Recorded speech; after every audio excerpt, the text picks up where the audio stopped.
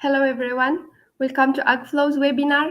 I'm Mariam. Today I will be presenting a little bit about what came new in the International Grain Council's new forecasts and also in the Food Agriculture Organization January's grain prices estimates.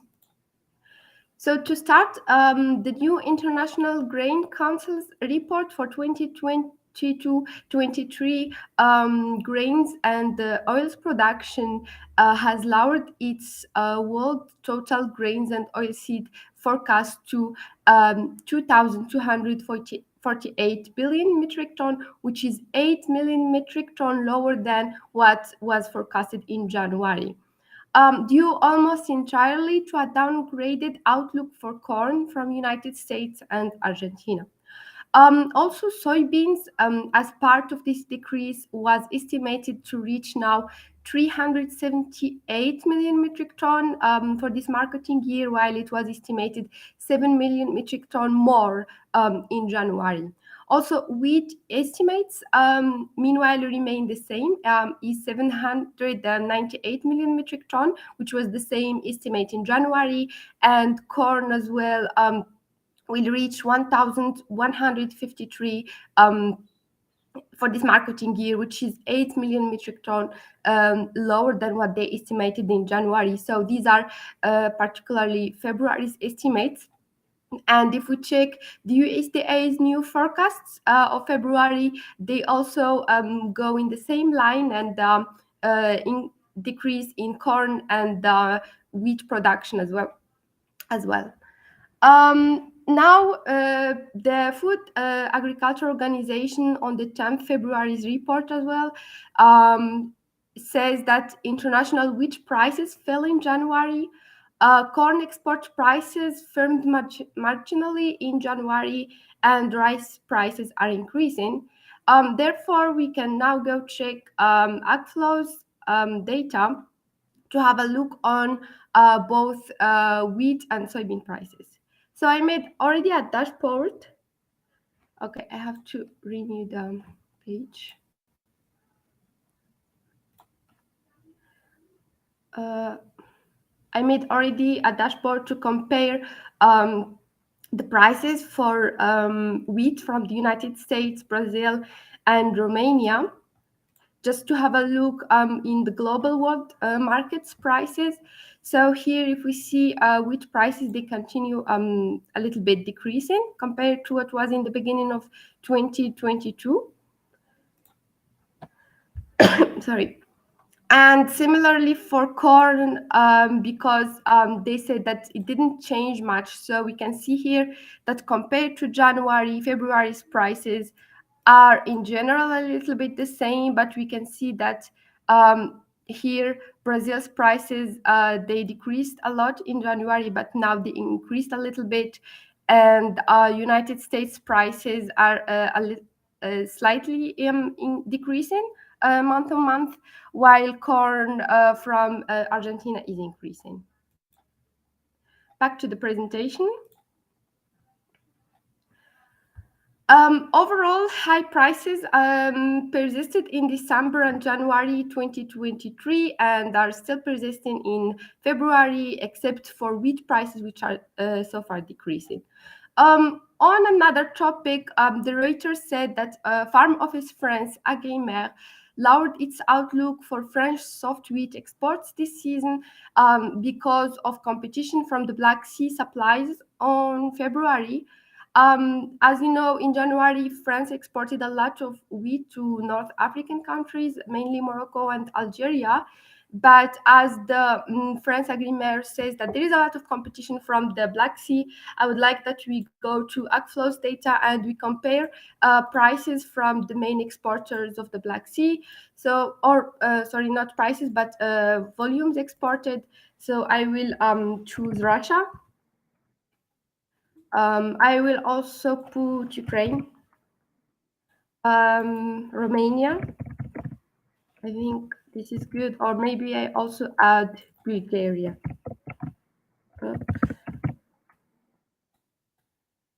And then I'm going to choose the commodity.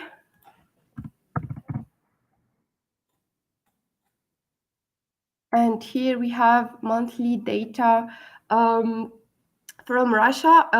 Exports of wheat are really increasing. If we see here, in February so far, this data is available until today, so it's going to change even more in the 10 next coming days, while in February 22, it was much less, if you can see here. Similarly for Ukraine, exports are increasing.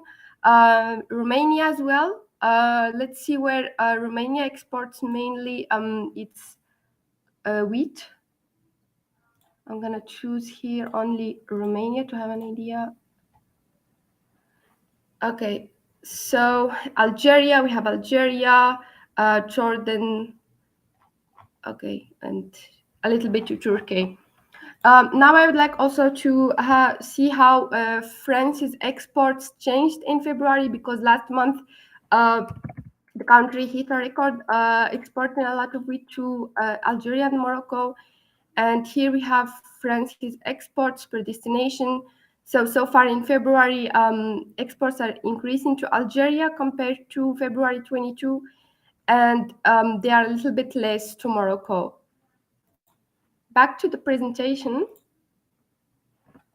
The last thing is about Argentina increasing soybean imports from Brazil.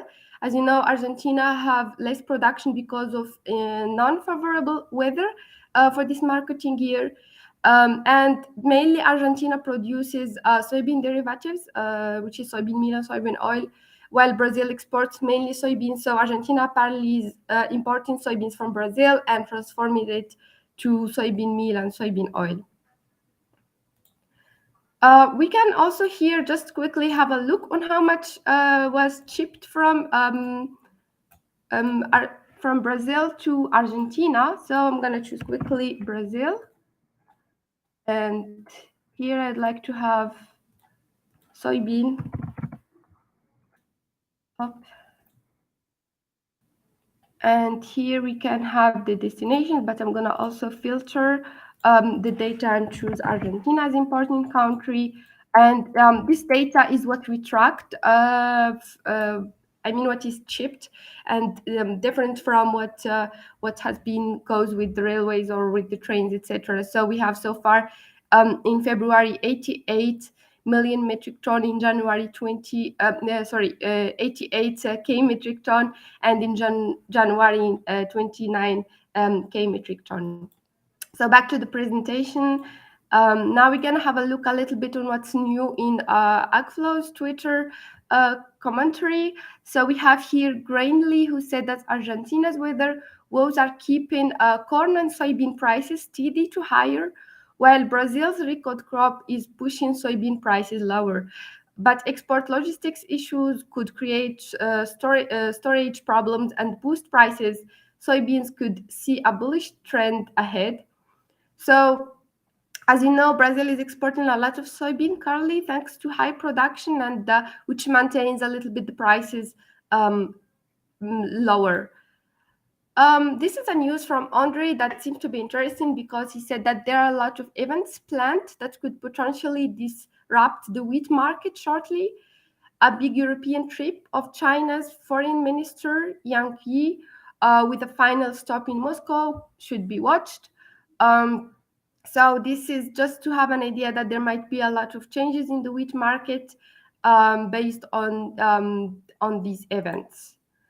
Also here we have Yan Cao, who said that there is a rumor in the Chinese industry news this morning among Brazilian soybean imported by Argentina. At least 1 million metric ton of Brazilian soy has already reached the Argentina crushing plant. So in our data as well, we recorded that there is soybean shipped from Brazil to Argentina. Also, if you see the USDA estimates for Argentina's soybean are decreasing, the forecasts are decreasing month on month, which makes sense because Argentina is a world leading in exporting soy oil and soy meal. Finally, this is a news from Rita, who said that Ukrainian farms eligible for funding through United Nations International Fund for Agricultural Development. This is interesting because it might be very helpful for Ukrainian farmers to reach acceptable crops, acceptable yields of their grains production. And there is a last tweet from Andre again, who said that Australian wheat exports jumped 50% month on month in December. The country mainly serves traditional Asian markets, with China accounting for more than one third of December shipments. So here we can just finally have a quick look on Australian exports of wheat. I will go to AgFlow's platform again, and then I'm going to choose Australia. Okay, because here I should change the commodity to it. Export countries, Australia. And here we have Australians exports. In January, they went a lot high. It's more than 36% year on year. And here we have the main destinations, which are China in January. It's still, so far in February, this value 215 K metric ton is just until today. So there might be more in the next 10 days. Also Indonesia, we have Philippines, South Korea. As you know, Australia takes advantage of the lower freight costs to export to South Asia. But there is also here, we would have Yemen, for example, because Andre asked if there would be like new opening markets for Australia. So back to the presentation, I would say this is it for today. Thank you. If you like this video, please subscribe to our channel. You can also follow us on Twitter. You can follow me as well. And if you have any questions or you need specifications about the data, etc., you can contact my colleague Amin. Thank you very much, and bye bye.